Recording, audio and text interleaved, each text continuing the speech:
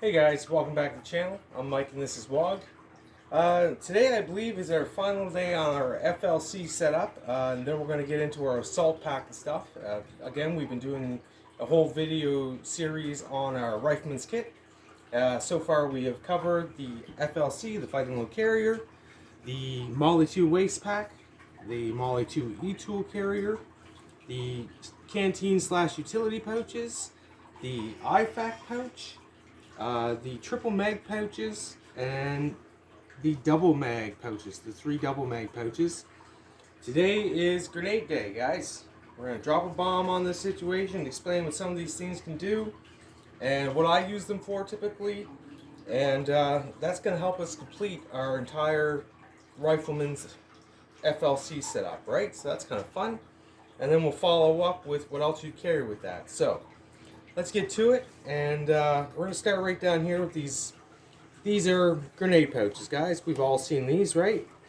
Sometimes they're attached to our fighting load carriers. Sometimes they're Molly compatible like this one.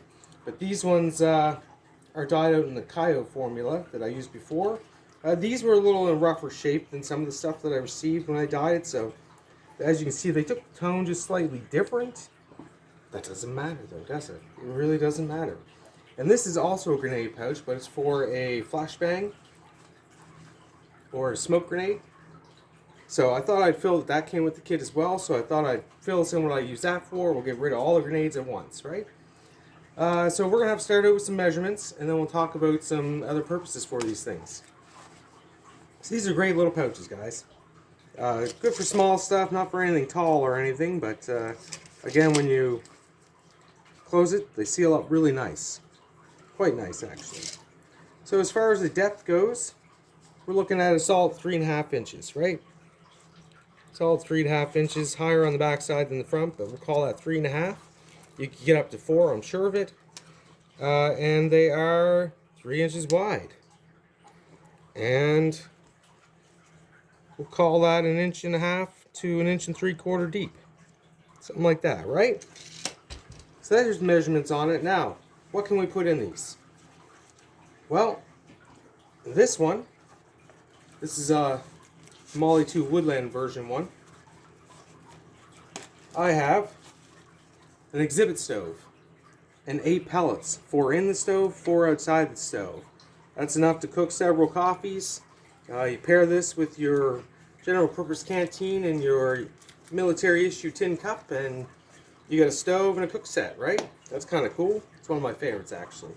What else can you put in these? Well, these little bushel binoculars fit really well in here. See that? There's lots of space there. You could even have a wipe for your lenses in there. I like it because it carries them and it carries them flat. So it's a perfect size for that. There's several other things, guys. I've given you the measurements. You can decide which works best for you, what you want to put in yours, but that's what I generally carry in these 2 grenade pouches. So again, your Molly system came with 2 grenade pouches and a flashbang grenade pouch. This is the flashbang grenade pouch. These things are awesome. This is one of my favorite pouches of the lot. In mine, I carry some dog spray. Or this is a little ham radio. We've seen this before. Look at this. It's like it's meant to be. How perfect is that? This one only has a single too, so you can put this bad boy anywhere you want to, which is kind of nice. You can even put it on your back strap, so you have this coming over your shoulder, and you just use a Molly to Molly setup, or you slide the strap down through there and it will lock in anyway. Pretty cool, right? I thought I'd leave the hammy out so you guys could see how it fits in one of these beautifully, and again, the dog spray fit in there perfect. These are great little pouches. They came in the later kits, not so much in the earlier kits. I do have one in Woodland, and that's actually in my system. That's what I keep my ham radio in. Keeps it nice, tight, and compact. But you can also, again, put the dog spray in there. We want measures on this, don't we? Let's get some measures right quick, guys. And then we're going to finish up this FLC in this video today. There it is. 4.5 solid to the front. Again, it's higher in the back, like the other grenade pouches. It is a solid 2 inches across. You could get away with 2.5, honestly. And thickness, she's 1.5 inches, guys. We can check on the bottom there, and again, it's closer to 1 3/4 inches. But I like to give space, right, instead of taking it all the time. So, how do these go on our FLC? Well, generally, this one will be right here, as such, because you leave this side clean for your rifle, so you don't want a whole lot on that edge. And then it goes one, and this one only gets one PALS webbing through here, and it hangs a little lower than everything else. Again, your flick rides high on your chest, so it shouldn't interfere with your waistline. But that's just how a proper rifleman's kit was set. So there we go, guys. We have totally covered our fighting load carrier and gone over the different measurements of the pouches that are on this setup. And I'm sure you can all think of different uses for these things. Again, guys, these are still available. They're drying up too. Good luck finding them in woodland.